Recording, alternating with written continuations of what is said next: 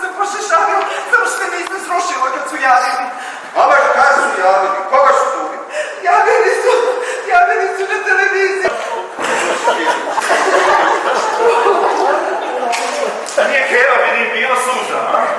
Kakve suze zile, ja to puka. Ma nema veze, svakako ponovo ćeš ponovo da se rastačeš. Čim čuješ veze. Da. Evo, nekom zvonim. Posti, samo.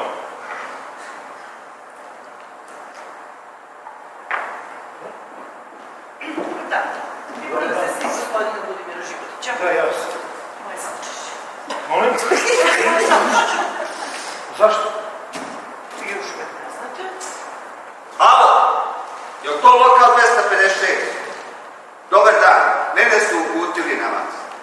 Jeste, ovdje je Budimir Životić. Onaj što je danas ubijen. Jeste. Kako ste pogodili? Držite ovo. Nemoj da pustite slučaj. Neću. 192. Koliko? 192. Ma, nemoguće. Ja nikad preko 168 nisam. Ne držite ovo, moj medal je jako dobar, ja sam. Pravo ste 196. Šta? Ma dajte, moram vam širinu izmeriti.